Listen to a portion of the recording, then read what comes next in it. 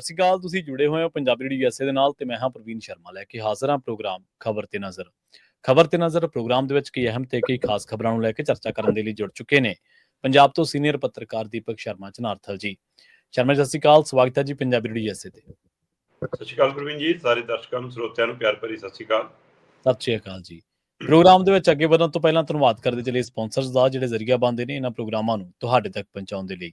Khalsa insurance agency ਵਾਲੇ, ਜਿਨ੍ਹਾਂ ਤੋਂ ਤੁਸੀਂ ਹਰ ਤਰੀਕੇ ਦੀ ਇੰਸ਼ੋਰੈਂਸ ਲੈ ਸਕਦੇ ਹੋ। ਇੰਸ਼ੋਰੈਂਸ ਬਾਰੇ ਪਤਾ ਕਰਨ ਦੇ ਲਈ ਇਹਨਾਂ ਦਾ ਨੰਬਰ ਹੈ 468-272-2500। ਇਹ 1992 ਤੋਂ ਲਗਾਤਾਰ ਇੰਸ਼ੋਰੈਂਸ ਬਿਜ਼ਨਸ ਦੇ ਵਿੱਚ ਸ਼ਾਨਦਾਰ ਸੇਵਾਵਾਂ ਦੇ ਰਹੇ ਨੇ ਤੇ ਅਮਰੀਕਾ ਭਰ ਦੇ ਵਿੱਚ ਇੰਸ਼ੋਰੈਂਸ ਕਰਦੇ ਨੇ। ਓਬਾਮਾ ਕੇਅਰ, ਮੈਡੀਕੇਅਰ ਜਾਂ ਫਿਰ ਕਵਰਡ ਕੈਲੀਫੋਰਨੀਆ ਬਾਬਤ ਪਾਲਿਸੀ ਕਰਵਾਉਣ ਦੇ ਲਈ, ਸਲਾਹ ਲੈਣ ਦੇ ਲਈ ਅੱਜ ਹੀ ਕਾਲ ਕਰੋ 468-272-2500 ਤੇ। ਟਰਕੀਅਨ ਇਮੀਗ੍ਰੇਸ਼ਨ ਲਾ ਫਰਮ ਵਾਲੇ, ਜੇ ਟਰਕੀਆਣਾ ਟੋਨੀ ਟਰਕੀਆਣਾ ਦੇ ਨਾਲ ਤੁਸੀਂ US ਇਮੀਗ੍ਰੇਸ਼ਨ ਬਾਬਤ ਕੋਈ ਵੀ ਸਲਾਹ ਕਰਨੀ ਹੈ ਤਾਂ ਇਹਨਾਂ ਦਾ ਨੰਬਰ ਹੈ 4159090503। ਗੁਰਦੀਪ ਸਿੰਘ ਬਿਰਦੀ ਕਲੋਵਿਸ, ਮਨਦੀਪ ਸਿੰਘ, ਸੰਦੀਪ ਕੌਰ ਸੈਨ ਹੋਜ਼ੇ, ਅਮਰੀਕ ਸਿੰਘ ਅਟਵਾਲ, ਜਰਨੈਲ ਸਿੰਘ ਯੂਬਾ ਸਿਟੀ, ਗੁਰਨਾਮ ਸਿੰਘ ਐਂਟੀਲੋਪ ਤੇ ਜਰਨੈਲ ਸਿੰਘ ਸਿਆਟਲ ਤੋਂ। ਇਹਨਾਂ ਸਾਰੇ ਹੀ ਸਪਾਂਸਰਸ ਦਾ ਬਹੁਤ ਬਹੁਤ ਧੰਨਵਾਦ। ਤੇ ਜੇਕਰ ਤੁਸੀਂ ਵੀ ਪੰਜਾਬੀ USA ਦੇ ਇਹਨਾਂ ਪ੍ਰੋਗਰਾਮਾਂ ਨੂੰ ਸਪਾਂਸਰ ਕਰਨਾ ਚਾਹੁੰਦੇ ਹੋ ਤਾਂ ਸਟੂਡੀਓ ਦਾ ਨੰਬਰ ਹੈ 468-272-5200। ਅੱਜ ਦਾ ਇਹ ਖਬਰ ਤੇ ਨਜ਼ਰ ਪ੍ਰੋਗਰਾਮ ਸਾਲ 2025 ਦੀ 20 ਮਈ ਦਾ ਪ੍ਰੋਗਰਾਮ ਹੈ ਤੇ ਦਿਨ ਅੱਜ ਮੰਗਲਵਾਰ ਹੈ।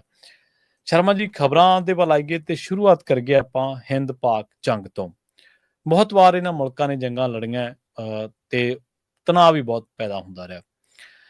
ਇਸ ਵਾਰ ਜਿਹੜੀ ਜੰਗ ਲੜੀ ਗਈ ਆ ਉਸ ਬਾਰੇ ਕਈ ਪਹਿਲੂਆਂ ਤੋਂ ਜਦੋਂ ਚਰਚਾ ਚੱਲੀ ਤਾਂ ਦਰਬਾਰ ਸਾਹਿਬ ਦਾ ਵਾਰ-ਵਾਰ ਜ਼ਿਕਰ ਆਇਆ। ਕਦੇ ਆਪਾਂ ਕਹਿ ਲਈਏ ਤੋਪਾਂ ਬੀੜਨ ਦੇ, ਅਸਲਾ ਬੀੜਨ ਦੇ ਮਾਮਲੇ 'ਚ ਕਹਿ ਦਿੰਦੇ ਹਾਂ, ਜਾਂ ਇਸ ਤੋਂ ਪਹਿਲਾਂ ਵੀ ਇੱਕ ਦੋ ਵਾਰ ਜ਼ਿਕਰ ਆਇਆ। ਸਵਾਲ ਇਹ ਪੈਦਾ ਹੋ ਗਿਆ ਕਿ ਹਿੰਦ ਪਾਕ ਦੀ ਜੰਗ ਦਾ ਦੋ ਦੇਸ਼ਾਂ ਦਾ ਮਸਲਾ, ਪਰ ਵਾਰ-ਵਾਰ ਦਰਬਾਰ ਸਾਹਿਬ ਨੂੰ ਕਿਉਂ ਲਿਆਂਦਾ ਜਾ ਰਿਹਾ ਜੀ ਵਿੱਚ? ਬਿਲਕੁਲ ਪ੍ਰਵੀਨ ਜੀ, ਇਹ ਸਵਾਲ ਗੰਭੀਰ ਵੀ ਹੈ ਤੇ ਫਿਕਰ ਵੀ ਕਰਨ ਵਾਲਾ ਜੀ।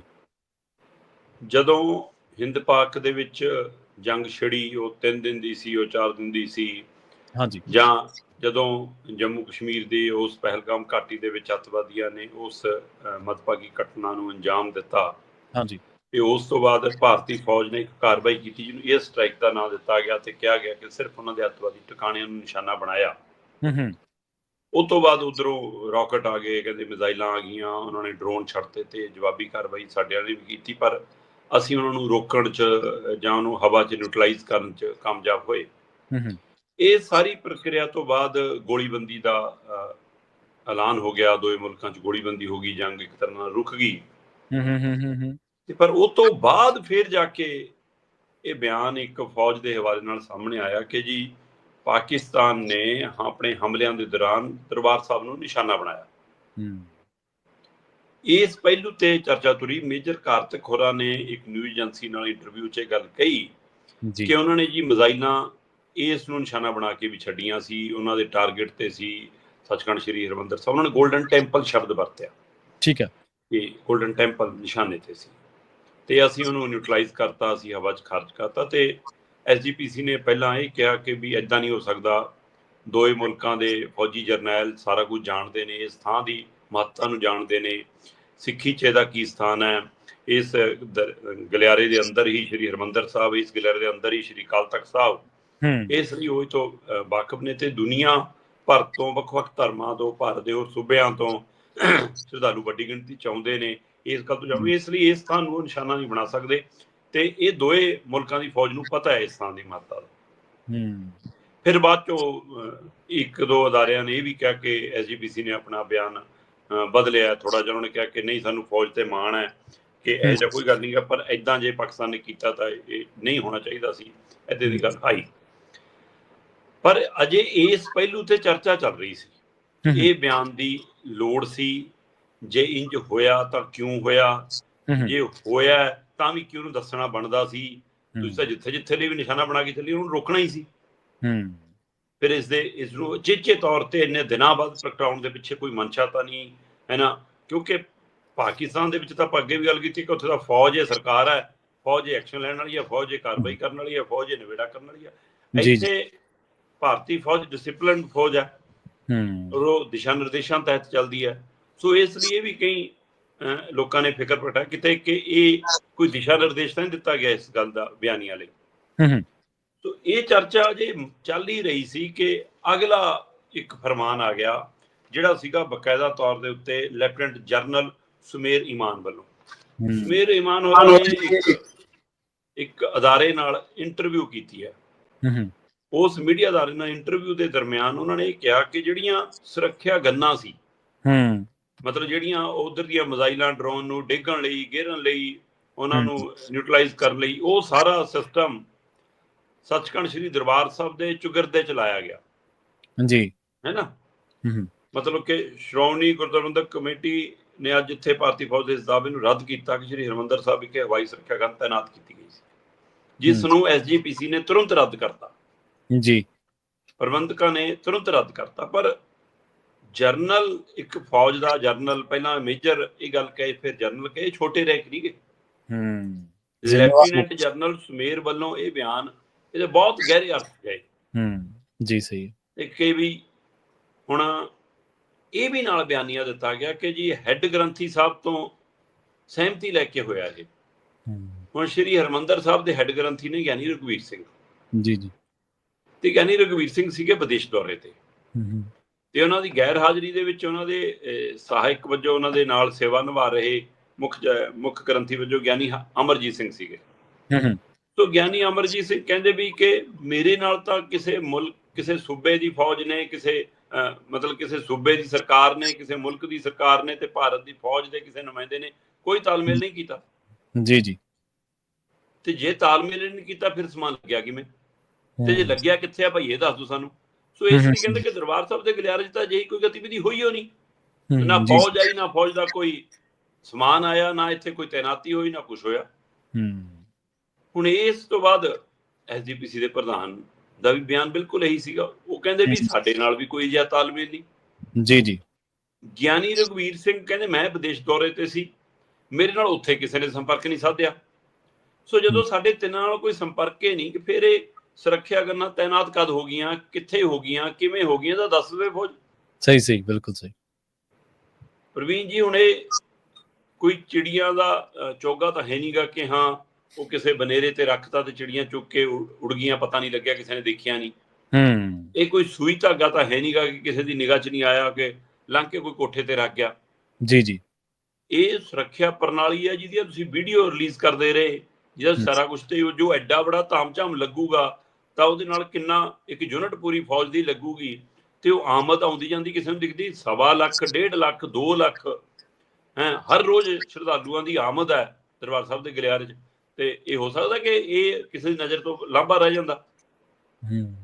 ਤੇ ਦੂਸਰੇ ਪਾਸੇ ਜੇ ਤੁਸੀਂ ਕਹਿੰਦੇ ਹੋ ਕਿ ਅਸੀਂ ਹੈੱਡ ਗ੍ਰੰਥੀ ਸਾਹਿਬ ਤੱਕ ਪਹੁੰਚ ਕਰ ਲਈ, ਗਿਆਨੀ ਰਘਵੀਰ ਸਿੰਘ ਉਹ ਕਹਿੰਦੇ ਮੈਂ ਵਿਦੇਸ਼ ਹਾਂ, ਜੇ ਤੁਸੀਂ ਕਹਿੰਦੇ ਹੋ ਕਿ ਅਸੀਂ ਚਲੋ ਫਿਰ ਗਿਆਨੀ ਅਮਰਜੀਤ ਸਿੰਘ, ਜੇ ਉਹਨਾਂ ਤੱਕ ਵੀ ਪਹੁੰਚ ਕਰ ਲਈ ਹੁੰਦੀ ਤੇ ਉਹਨਾਂ ਨੇ ਥੋੜਾ ਲਵਾਉਣਾ ਸੀ। ਉਹਨਾਂ ਨੇ SGPC ਨੂੰ ਕਹਿਣਾ ਸੀ ਕਿ ਪ੍ਰਬੰਧ ਉਹ ਦੇਖਦੇ ਜੀ, ਉਹਨਾਂ ਨਾਲ ਤਾਲਮੇਲ ਕਰੋ। ਤੇ SGPC ਧਾਮੀ ਸਾਹਿਬ ਸਪਸ਼ਟ ਕਹਿ ਚੁੱਕਾ ਕਿ ਸਾਡੇ ਨਾਲ ਕੋਈ ਤਾਲਮੇਲ ਨਹੀਂ ਹੋਇਆ। ਹੁਣ ਦੋਏ ਧਿਰਾਂ, ਗਿਆਨੀ ਅਮਰਜੀਤ ਸਿੰਘ ਵੀ, ਐਡਵੋਕੇਟ ਹਰਜਿੰਦਰ ਸਿੰਘ ਧਾਮੀ ਵੀ, ਇੱਕ ਗੱਲ ਇਕੱਠੀ ਕਹਿ ਰਹੇ ਨੇ ਜੀ। ਉਹ ਕਹਿ ਰਹੇ ਨੇ ਕਿ ਸਾਡੇ ਨਾਲ ਸਿਰਫ ਤੇ ਸਿਰਫ ਪ੍ਰਸ਼ਾਸਨ ਨੇ ਤਾਲਮੇਲ ਕੀਤਾ ਸੀ, ਉਹ ਵੀ ਬਲੈਕ ਆਊਟ ਲਈ। ਠੀਕ ਹੈ। ਤੇ ਬਲੈਕ ਆਊਟ ਲਈ ਵੀ ਅਸੀਂ ਇਹ ਕਹਿ ਕੇ ਰਾਜੀ ਹੋਏ ਸੀਗੇ ਅਸੀਂ ਬਾਹਰਲੀਆਂ ਬੱਤੀਆਂ ਬੁਝਾਵਾਂਗੇ। ਸਾਡੀ ਜੇ ਹੁਣ ਸਵੇਰ ਦਾ ਸਮਾਂ ਤਾਂ ਗੁਰੂ ਸਾਹਿਬ ਦੇ ਪ੍ਰਕਾਸ਼ ਦਾ ਸਮਾਂ ਹੈ, ਉਹ ਸਾਰੀ ਨਿਤਨੇਮ ਦੀ ਪ੍ਰਕਿਰਿਆ ਸ਼ੁਰੂ ਹੋਣੀ ਹੈ। ਜੇ ਸ਼ਾਮ ਦਾ, ਰਾਤ ਦਾ ਸਮਾਂ ਤਾਂ ਸੁੱਖ ਆਸਣ ਦਾ ਸਮਾਂ ਹੈ। ਤੇ ਜਾਂ ਜਿਹੜੇ ਅਖੰਡ ਪਾਠ ਚੱਲ ਰਹੇ ਹੁੰਦੇ ਨੇ ਕਈ ਥਾਵਾਂ ਤੇ ਉੱਥੇ ਲਾਈਟ ਦੀ ਲੋੜ ਹੈ। ਉਹ ਕਹਿੰਦੇ ਕਿ ਅਸੀਂ ਪ੍ਰਸ਼ਾਸਨ ਨਾਲ ਇਸ ਮਸਲੇ ਤੇ ਸਹਿਮਤ ਸੀਗੇ ਕਿ ਠੀਕ ਹੈ, ਅਸੀਂ ਸੱਚਖੰਡ ਸ੍ਰੀ ਦਰਬਾਰ ਸਾਹਿਬ ਦੇ ਸਮੁੱਚੇ ਚੁਗਿਰਦੇ 'ਚ ਜੀ ਤੇ ਉੱਪਰ ਗੁੰਬਦਾਂ ਦੇ ਉੱਪਰ ਜਿੰਨੀਆਂ ਵੱਡੀਆਂ ਲਾਈਟਾਂ ਜਗਦੀਆਂ ਨੇ ਉਹ ਸਾਰੀਆਂ ਅਸੀਂ ਉਹ ਲਾਈਟਾਂ ਬੰਦ ਕਰਾਂਗੇ ਜਿੱਥੋਂ ਸਾਡੀ ਮਰਿਆਦਾ ਚੱਲ ਰਹੀ ਹੈ, ਜਿੱਥੇ ਸਾਡੇ ਪ੍ਰਕਾਸ਼ ਨੇ, ਜਿੱਥੇ ਕੋਈ ਆਯੋਜਨ ਚੱਲ ਰਿਹਾ, ਉਹਨਾਂ ਨੂੰ ਅਸੀਂ ਨਹੀਂ ਉੱਥੇ ਰੋਕਾਂਗੇ। ਸੋ ਅੰਦਰੂਨੀ ਲਾਈਟਾਂ ਵੀ ਜਗਦੀਆਂ ਰਹੀਆਂ। ਉਹ ਕਹਿੰਦੇ ਇਸ ਤਰ੍ਹਾਂ ਦੀ ਮਰਿਆਦਾ ਨੂੰ ਨਾ ਪ੍ਰਸ਼ਾਸਨ ਨੇ ਕੋਈ ਭੰਗ ਕਰਨ ਲਈ ਕੋਈ ਸਾਡੇ ਨਾਲ ਸਖਤ ਹਦਾਇਤ ਕੀਤੀ ਤੇ ਨਾ ਅਸੀਂ ਕਰਨ ਲਈ ਤਿਆਰ ਹੀ ਸੀ। ਤੇ ਪਰ ਸੁਰੱਖਿਆ ਕਰਨ ਵਾਲੀ ਗੱਲ ਕਿੱਥੋਂ ਆਈ? ਹੁਣ ਜਦੋਂ ਇਹ ਸਵਾਲ ਆਇਆ ਕਿ ਫੌਜ ਦੇ ਨੁਮਾਇੰਦਿਆਂ ਨੂੰ ਭੁਲੇਖਾ ਹੈ, ਉਹ ਦਰਬਾਰ ਸਾਹਿਬ ਤੇ ਹੋਰ ਕਿਸੇ ਗੁਰੂ ਘਰ ਦੇ ਚੁਗਿਰਦੇ 'ਚ ਕੋਈ ਫਰਕ ਨਹੀਂ ਸਮਝਦੇ ਕਿ ਉਹ ਅੰਮ੍ਰਿਤਸਰ ਦੇ ਵਿੱਚ ਕਿਤੇ ਤੈਨਾਤੀ ਨੂੰ ਹੀ ਹਰਿਮੰਦਰ ਸਾਹਿਬ ਦੀ ਤੈਨਾਤੀ ਦੱਸੀ ਜਾਂਦੇ ਨੇ। ਪਰ ਜੇ ਉਹ ਅੰਮ੍ਰਿਤਸਰ ਦੇ ਵਿੱਚ ਕਿਤੇ ਤੈਨਾਤੀ ਦੀ ਗੱਲ ਹੁੰਦੀ ਫਿਰ ਹੈੱਡ ਗ੍ਰੰਥੀ ਸਾਹਿਬ ਦਾ ਜ਼ਿਕਰ ਨਾਲ ਆਉਂਦਾ ਜੀ। ਤਾਂ ਕਿਤੇ ਵੀ ਹੁੰਦਾ ਫਿਰ ਉੱਥੇ ਹੈੱਡ ਗ੍ਰੰਥੀ ਸਾਹਿਬ ਥੋੜਾ ਪੁੱਛਣਾ, ਫਿਰ ਤੁਸੀਂ DC ਨੂੰ ਪੁੱਛਣਾ। ਤੇ ਫਿਰ ਇੱਥੇ ਕਿੱਥੋਂ ਆਇਆ? ਸੋ ਹੁਣ ਇਹ ਸਾਰੇ ਸਵਾਲ ਇਸ ਲਈ ਵੱਡੇ ਹੁੰਦੇ ਗਏ ਕਿ ਕਿਤੇ ਹੁਣ ਇਹਨਾਂ ਪਹਿਲੂਆਂ ਦੇ ਉੱਤੇ ਕੋਈ ਰਾਜਨੀਤੀ ਤਾਂ ਨਹੀਂ ਸ਼ੁਰੂ ਹੋ ਗਈ। ਪਾਕਿਸਤਾਨ ਕਹਿ ਰਿਹਾ ਕਿ ਅਸੀਂ ਕਿਵੇਂ ਬਣਾ ਸਕਦੇ ਹਾਂ ਜੀ ਨਿਸ਼ਾਨਾ, ਅਸੀਂ ਤਾਂ ਸੋਚ ਹੀ ਨਹੀਂ ਸਕਦੇ ਜੀ। ਸਾਡੇ ਤਾਂ ਆਪਣੇ ਖੇਤਰ ਦੇ ਵਿੱਚ ਗੁਰੂ ਘਰ ਨੇ, ਉਹਨਾਂ ਦੀ ਸੇਵਾ ਸੰਭਾਲ ਕਰਦੇ ਜੀ। ਹੁਣ ਕੀ ਭਾਰਤ ਵੱਲੋਂ, ਭਾਰਤ ਦੀ ਸਰਕਾਰ ਵੱਲੋਂ ਇਸ ਗੱਲ ਨੂੰ ਧਿਆਨ 'ਚ ਰੱਖਦਿਆਂ ਹੋਇਆ ਕਿ ਪਾਕਿਸਤਾਨ ਨੇ ਜਦੋਂ ਵੀਜ਼ੇ ਰੱਦ ਕੀਤੇ, ਸਿੱਖਾਂ ਦੇ ਵੀਜ਼ੇ ਰੱਦ ਨਹੀਂ ਕੀਤੇ, ਉਹਨਾਂ ਨੇ ਕਰਤਾਰਪੁਰ ਸਾਹਿਬ ਦਾ ਲਾਂਘਾ ਬੰਦ ਨਹੀਂ ਕੀਤਾ, ਇਸ ਲਈ ਕਿ ਉਹ ਪੰਜਾਬ ਦੇ ਸਿੱਖਾਂ ਨੂੰ ਨੇੜੇ ਲਾਉਣਾ ਚਾਹੁੰਦੇ ਨੇ। ਤੇ ਇਸ ਵਾਰ ਪੰਜਾਬ ਦਾ ਸਿੱਖ ਕੀ ਸਮੁੱਚਾ ਪੰਜਾਬ ਚੁੱਪ ਸੀ ਕਿ ਅਸੀਂ ਨਹੀਂ ਜੰਗ ਜੁੰਗ 'ਚ ਜਾਣਾ, ਅਸੀਂ ਤਾਂ ਸ਼ਾਂਤੀ ਦੇ ਪਾਂਧੀ ਹਾਂ, ਅਸੀਂ ਜੰਗ ਟਾਲਣ ਦੇ ਪਾਂਧੀ ਹਾਂ। ਸੋ ਇਸ ਗੱਲ ਦੇ ਫਿਕਰ ਚੋਂ ਕਿਤੇ ਇਹ ਸਕ੍ਰਿਪਟ ਘੜੀ ਗਈ ਕਿ ਇੰਜ ਫਿਰ ਗੁੱਸਾ ਪਨਪੂਗਾ ਕੌਮ ਦੇ ਅੰਦਰ, ਇੱਕ ਤਲਖੀ ਪਨਪੂਗੀ ਤੇ ਉਹ ਰੋਸਾ, ਤੇ ਜਾਂ ਉਧਰ ਨੇੜੇ ਨਾ ਹੋ ਜਾਣ, ਇੱਧਰ ਸਾਡੇ ਨੇੜੇ ਰਹਿਣ। ਜਾਂ ਇਹ ਬੀਜੇਪੀ ਦੀ ਇਹ ਰਣਨੀਤੀ ਸੀ ਕਿ ਕਿਸੇ ਤਰ੍ਹਾਂ ਸਿੱਖਾਂ ਨੂੰ ਨੇੜੇ ਰੱਖਿਆ ਜਾਵੇ, ਆਪਣੇ ਭਰੋਸੇ 'ਚ ਰੱਖਿਆ ਜਾਵੇ ਕਿ ਦੇਖੋ ਅਸੀਂ ਤਾਂ ਤੁਹਾਡੇ ਇਸ ਸਥਾਨ ਦੀ ਬਚਾਉਣ ਦੇ ਲਈ ਜੀ ਆਪਣੀ ਫੌਜ ਝੋਂਕਤੀ, ਹੈ ਨਾ ਜੀ। ਤੁਸੀਂ ਇਹ ਦੇਖੋ ਕਿ ਜਦੋਂ ਪੂਰੇ ਮੁਲਕ ਦੇ ਵਿੱਚ ਘਰ ਮੇ ਘੁਸਕਰ ਮਾਰੋ, ਸਫਾਈ ਕਰ ਦੋ, ਸੁਪੜਾ ਸਾਫ਼ ਕਰ ਦੋ, ਹੈ ਜਾਂ ਯਾਤਰਾਵਾਂ, ਇਹ ਸਾਰਾ ਕੁਝ ਹੋ ਰਿਹਾ ਸੀ, ਤਾਂ ਪੰਜਾਬ 'ਚ ਕੋਈ ਵੀ ਧਿਰ ਖੁੱਲ ਕੇ ਬਾਹਰ ਨਿਕਲ ਕੇ ਇਹ ਨਹੀਂ ਕਹਿੰਦੀ ਨਜ਼ਰ ਆਈ ਕਿ ਜੰਗ ਲਾਓ। ਨਾ ਸ਼ਹਿਰੀ ਖੇਤਰ, ਨਾ ਪੇਂਡੂ ਖੇਤਰ, ਨਾ ਕਿਸਾਨੀ ਖੇਤਰ, ਨਾ ਵਪਾਰੀ ਖੇਤਰ, ਹੈ ਜਿਹੜਾ ਦੇਸ਼ ਭਰ ਦੇ ਵਿੱਚ ਮੁਸਲਮਾਨ ਭਾਈਚਾਰੇ ਨੂੰ ਦਿਖਾਉਣਾ ਪੈ ਰਿਹਾ ਸੀ ਕਿ ਦੇਖੋ ਜੀ ਅਸੀਂ ਇਸ ਤਰ੍ਹਾਂ, ਉਹ ਇੱਥੇ ਉਹਨਾਂ ਨੇ ਵੀ ਉਸ ਤਰ੍ਹਾਂ ਦਾ ਦਿਖਾਵਾ ਨਹੀਂ ਕਰਨ ਦੀ ਲੋੜ ਪਈ ਪੰਜਾਬ ਦੇ ਮੁਸਲਮਾਨ ਭਾਈਚਾਰੇ ਨੂੰ ਵੀ, ਹੈ ਨਾ। ਜਿਹੜਾ ਯੂਨਿਟ ਦੇ ਤੌਰ ਤੇ ਵੀ ਬੀਜੇਪੀ ਦੇ ਨਾਲ ਖੜਾ ਹੈ, ਉਹਨਾਂ ਦਾ ਕੈਡਰ ਕਹਿ ਲਈਏ, ਉਹਨਾਂ ਦਾ ਮੈਂਬਰਸ਼ਿਪ ਕਹਿ ਲਈਏ, ਉਹਨਾਂ ਨੂੰ ਵੀ ਬਾਹਰ ਨਿਕਲ ਕੇ ਕੋਈ ਝੰਡੇ ਲੈ ਕੇ ਇਹ ਨਹੀਂ ਨਾਰੇ ਮਾਰੇ ਕਿ ਹਾਂ ਪਾਕਿਸਤਾਨ ਤੇ ਹਮਲਾ ਕਰੋ, ਕਿਉਂਕਿ ਸਰਹੱਦੀ ਸੂਬਾ ਹੈ, ਉਹ ਸਰਹੱਦੀ ਪੀੜ ਇੱਥੋਂ ਦੇ ਸਾਰੇ ਲੋਕ ਸਮਝਦੇ ਆ, ਸਮਝਦੇ ਨੇ, ਬਿਲਕੁਲ ਸਹੀ। ਸੋ ਇਸ ਲਈ ਕਿ ਇਹ ਸਮਝ ਚੋਂ ਪਰੇ ਜਾ ਰਿਹਾ ਸੀਗਾ। ਸੋ ਇਹ ਕੀ ਆਪਣੇ ਆਪ ਕੀਤਾ ਕੋਈ ਬਿਆਨੀ ਹੈ? ਆਪਣੇ ਪੱਧਰ ਤੇ ਮੇਜਰ ਕਾਰਤਕ ਔਰ ਲੈਫਟੀਨੈਂਟ ਜਨਰਲ ਸੁਮੇਰ ਇਮਾਨ ਨੇ ਕਰਤਾ, ਜਾਂ ਉਹਨਾਂ ਨੂੰ ਕੋਈ ਦਿਸ਼ਾ ਨਿਰਦੇਸ਼ ਸੀ, ਜਾਂ ਕੋਈ ਭਰਮ ਭੁਲੇਖਾ ਸੀ? ਫੌਜ ਦੇ ਉੱਤੇ ਕੋਈ ਸ਼ੰਕੇ ਸੋਭੇ ਨਹੀਂ, ਪਰ ਫੌਜ ਨੂੰ ਚਲਾਉਣ ਵਾਲਿਆਂ ਤੇ ਸ਼ੰਕੇ ਸੋਭੇ ਖੜੇ ਆ ਨਾ ਕਈ, ਜੀ ਉਹਨਾਂ ਤੇ ਸਵਾਲ ਤਾਂ ਕਈ ਖੜੇ ਆ। ਸੋ ਇਹ ਸਾਰੇ ਸਵਾਲ ਜਦੋਂ ਵੱਡੇ ਹੁੰਦੇ ਜਾ ਰਹੇ ਸੀ, ਗੁੰਝਲਦਾਰ ਹੁੰਦੇ ਜਾ ਰਹੇ ਸੀ, ਤਾਂ ਲੰਘੀ ਰਾਤ ਢਲਦਿਆਂ ਢਲਦਿਆਂ ਫੌਜ ਵੱਲੋਂ ਇੱਕ ਸੁਖਾਵਾਂ ਸੁਨੇਹਾ ਭੇਜਿਆ ਗਿਆ ਕਿ ਕੋਈ ਵੀ ਸੁਰੱਖਿਆ ਗਨ, ਕੋਈ ਵੀ ਅਜਿਹੀ ਮਸ਼ੀਨਰੀ, ਕੋਈ ਵੀ ਅਜਿਹੀ ਫੌਜ ਦੀ ਟੁਕੜੀ ਦਰਬਾਰ ਸਾਹਿਬ ਦੇ ਖੇਤਰ 'ਚ, ਉਹਦੇ ਗਲਿਆਰੇ 'ਚ, ਉਹਦੇ ਚੁਗਿਰਦੇ 'ਚ, ਉਹਦੇ ਨੇੜੇ ਦੇੜੇ ਵੀ ਕਿਤੇ ਤੈਨਾਤ ਨਹੀਂ ਕੀਤੀ ਗਈ। ਇਹ ਗਲਤ ਬਿਆਨੀ ਹੈ, ਅਸੀਂ ਇਸ ਨੂੰ ਦੁਰਸਤ ਕਰਦੇ ਹਾਂ। ਸੋ ਫੌਜ ਨੇ ਸਾਰੇ ਮਸਲੇ ਨੂੰ ਇੰਜ ਨਜਿੱਠਿਆ ਆ ਕੇ ਅਖੀਰ ਦੇ ਵਿੱਚ। ਪਰ ਇਹ ਸਵਾਲ ਅਜੇ ਵੀ ਖੜੇ ਨੇ ਕਿ ਕੀ ਘੱਟ ਗਿਣਤੀ ਤੌਰ ਤੇ ਸਿੱਖ ਭਾਈਚਾਰੇ ਨੂੰ, ਕੀ ਸਰਹੱਦੀ ਸੂਬੇ ਕਰਕੇ ਪੰਜਾਬ ਨੂੰ ਇਹ ਨੇੜੇ ਲਾਉਣ ਦੀ ਕਵਾਇਦ ਹੈ, ਇਹ ਡਰਾਉਣ ਦੀ ਕਵਾਇਦ ਹੈ, ਇਹ ਧੱਕੇ ਨਾਲ ਜੰਗ 'ਚ ਧੱਕਣ ਦੀ ਕਵਾਇਦ ਹੈ? ਇਹਦੇ ਪਿੱਛੇ ਕੀ ਹੈ? ਹਿੰਦ ਪਾਕ ਦੀ ਲੜਾਈ 'ਚ ਬਾਰ-ਬਾਰ ਦਰਬਾਰ ਸਾਹਿਬ ਨੂੰ ਲਿਆਉਣ ਦੀ ਕੀ ਲੋੜ ਹੈ? ਇਹ ਸਵਾਲ ਬਿਲਕੁਲ ਖੜਾ ਹੈ ਜੀ ਬਿਲਕੁਲ। ਜਾਂ ਇਹ ਕਿਸੇ ਅਜਿਹੇ ਡਿਜ਼ਾਈਨ ਦਾ ਹਿੱਸਾ ਸ਼ਰਮਾ ਜੀ ਜਿਹਦੇ ਤਹਿਤ ਇਹ ਚੈੱਕ ਕੀਤਾ ਜਾ ਰਿਹਾ ਕਿ ਜੇਕਰ 에ਅਰ ਡਿਫੈਂਸ ਸਿਸਟਮ ਉੱਥੇ ਲਾਉਣੇ ਆ ਤਾਂ ਲੋਕ ਰਿਐਕਟ ਕਿੱਦਾਂ ਕਰਨਗੇ? ਹਾਂ, ਕੀ ਉਸ ਡਿਜ਼ਾਈਨ ਦਾ ਵੀ ਹਿੱਸਾ ਹੋ ਸਕਦਾ? ਸੋ ਬਿਲਕੁਲ ਜੀ। ਅਗਲੀ ਖਬਰ ਦੇ ਵੱਲ ਵਧੀਏ ਸ਼ਰਮਾ ਜੀ, ਗੱਲ ਕਰੀਏ ਜਿਸ ਦਿਨ ਪਹਿਲਗਾਮ ਹਮਲਾ ਹੁੰਦਾ ਤੇ ਉਸ ਤੋਂ ਬਾਅਦ ਮੋਦੀ ਸਰਕਾਰ ਜਿਸ ਤਰੀਕੇ ਦੇ ਨਾਲ ਆਪਣੀਆਂ ਕਾਰਵਾਈਆਂ ਨੂੰ ਜਸਟੀਫਾਈ ਕਰਦੀ ਹੈ, ਤਾਂ ਬਹੁਤ ਵੱਡਾ ਇੱਕ ਸੰਧੂਰ ਆਪਰੇਸ਼ਨ ਕਰਨ ਦੇ ਨਾਮ ਦੇ ਉੱਤੇ ਦੇਸ਼ ਦੇ ਜਜ਼ਬਾਤ ਨੂੰ ਆਪਣੇ ਤਰਫ ਕਰਨ ਦਾ ਇੱਕ ਬਹੁਤ ਵੱਡਾ ਕਹਿ ਲਈਏ ਕਿ ਯਤਨ ਕੀਤਾ ਜਾਂਦਾ। ਤਾਂ ਜਦੋਂ ਚੀਜ਼ਾਂ ਵੱਡੀਆਂ ਕਰਕੇ ਪੇਸ਼ ਕਰਦੇ ਹੋ ਤਾਂ ਫਿਰ ਉਹਨਾਂ ਦੀ ਸੰਜੀਦਗੀ ਵੱਧ ਜਾਂਦੀ ਹੈ। ਦਬਾਅ ਪੈਣ ਲੱਗਿਆ ਕਿ ਮੋਦੀ ਸਰਕਾਰ ਨੂੰ ਸੈਸ਼ਨ ਬੁਲਾਉਣਾ ਚਾਹੀਦਾ, ਪਰ ਹੁਣ ਦੱਸਦੇ ਕਿ ਮੋਦੀ ਸਰਕਾਰ ਫੌਜੀ ਕਾਰਵਾਈ ਬਾਰੇ ਸੈਸ਼ਨ ਨਹੀਂ ਬੁਲਾਊਗੀ। ਇਹ ਸਾਫ਼ ਹੋ ਗਿਆ ਜੀ। ਬਿਲਕੁਲ ਜੀ, ਇਹ ਵੈਸੇ ਤਾਂ ਪ੍ਰਵੀਨ ਜੀ ਪਹਿਲਾਂ ਹੀ ਸਾਫ਼ ਹੈ ਕਿ ਮੋਦੀ ਸਰਕਾਰ ਇਸ ਮਸਲੇ ਤੇ ਜਵਾਬ ਨਹੀਂ ਦੇਣਾ ਚਾਹੁੰਦੀ। ਪ੍ਰਵੀਨ ਜੀ, ਮੈਂ ਸ਼ਾਇਦ ਕੱਲ ਵੀ ਗੱਲ ਕਰ ਰਿਹਾ ਸੀਗਾ ਕਿ ਜੈ ਸ਼ੰਕਰ ਦਾ ਉਹ ਬਿਆਨ ਜਿਹੜਾ ਉਹ ਕਹਿੰਦਾ ਕਿ ਅਸੀਂ ਪਾਕਿਸਤਾਨ ਨੂੰ ਦੱਸ ਕੇ ਕਾਰਵਾਈ ਕੀਤੀ ਆ, ਤੇ ਮੇਰਾ ਸਵਾਲ ਸੀਗਾ ਵੀ ਜੇ ਉਸ ਮੁਲਕ ਨੂੰ ਵੀ ਤੁਸੀਂ ਦੱਸਦਾ ਜਿਹਦੇ ਤੇ ਕਾਰਵਾਈ ਕਰਨੀ ਆ, ਹਾਂਜੀ, ਉਹਨਾਂ ਫੌਜੀਆਂ ਨੂੰ ਵੀ ਦੱਸਦਾ ਜਿਨ੍ਹਾਂ ਦੇ ਸ਼ਗਿਰਦੀ 'ਚ ਜਾਂ ਜਿਨ੍ਹਾਂ ਦੀ ਪਨਾਹੀ 'ਚ ਅੱਤਵਾਦ ਪਲਦਾ ਉੱਥੇ, ਜੀ ਜੀ, ਤੁਸੀਂ ਉਹਨਾਂ ਨੂੰ ਦੱਸ ਕੇ ਕਾਰਵਾਈ ਕਰਨੀ ਹੋ, ਫਿਰ ਰਹਿ ਗਈ ਅਸੀਂ ਘੱਟੋ ਘੱਟ ਆਪਣੇ ਮੁਲਕ ਨੂੰ ਵੀ ਦੱਸ ਦਿੰਦੇ। ਸਹੀ, ਤੁਸੀਂ ਇਹਨੂੰ ਫਿਰ ਬੀਜੇਪੀ ਨੂੰ ਨਰੇਟਿਵ ਸਿਰਜ ਕੇ ਉਹਨੂੰ ਕੈਸ਼ ਕਰਨਾ ਆਉਂਦਾ ਨਾ, ਫਿਰ ਉਹਨਾਂ ਦੀ ਨੀਤੀ ਘਾੜਿਆਂ ਨੂੰ ਨਰੇਟਿਵ ਕਿਉਂ ਨਹੀਂ ਸਿਰਜਣਾ ਕਿ ਦੇਖੋ ਜੀ ਮੋਦੀ ਜੀ ਨੇ ਤਾਂ ਬਤਾ ਕਰ ਕਾਰਵਾਈ ਕੀ, ਫਿਰ ਐਨ ਨਰੇਟਿਵ ਬਣਾ ਲੈਂਦੇ, ਸਾਨੂੰ ਵੀ ਦੱਸ ਦਿੰਦੇ। ਪੰਜਾਬ ਸਰਹੱਦੀ ਸੂਬਾ ਹੈ, ਪੰਜਾਬ ਦੀ ਸਰਕਾਰ ਨੂੰ ਦੱਸ ਦਿੰਦੇ ਨਾ। ਤੁਸੀਂ ਜਿਹੜੇ ਸੂਬੇ ਦੀ ਧਰਾਤਲ ਤੇ ਲੜਾਈ ਲੜਨੀ ਆ, ਜਿਹੜੇ ਸੂਬੇ ਦੀ ਜ਼ਮੀਨ ਤੇ ਲੜਾਈ ਲੜਨੀ ਆ, ਤੁਸੀਂ ਉਸ ਸੂਬੇ ਨੂੰ ਤਾਂ ਭਰੋਸੇ 'ਚ ਨਹੀਂ ਲੈ ਰਹੇ। ਤੇ ਜਿਨ੍ਹਾਂ ਦੇ ਘਰੇ ਜਾ ਕੇ ਕਹਿੰਦੇ ਅਸੀਂ ਉਹਨਾਂ ਦੇ 9 ਟਿਕਾਣੇ ਖਤਮ ਕਰਤੇ, ਉਹਨਾਂ ਨੂੰ ਤੁਸੀਂ ਕਹਿੰਦੇ ਅਸੀਂ ਦੱਸ ਕੇ ਕਾਰਵਾਈ ਕੀਤੀ। ਪਰ ਜੇ ਦੱਸ ਕੇ ਖੇਡਿਆ ਜਾਵੇ ਫਿਰ ਉਹਨੂੰ ਫਿਕਸ ਮੈਚ ਕਹਿੰਦੇ ਆ, ਉਹਨੂੰ ਕਾਰਵਾਈ ਨਹੀਂ ਕਹਿੰਦੇ। ਤੇ ਇਸ ਮਸਲੇ ਤੇ ਜੈ ਸ਼ੰਕਰ ਜੀ ਘਿਰ ਗਏ, ਪਰ ਉਹਦੇ ਤੇ ਸਫਾਈ ਦੇਣ ਆਇਆ ਕੋਈ?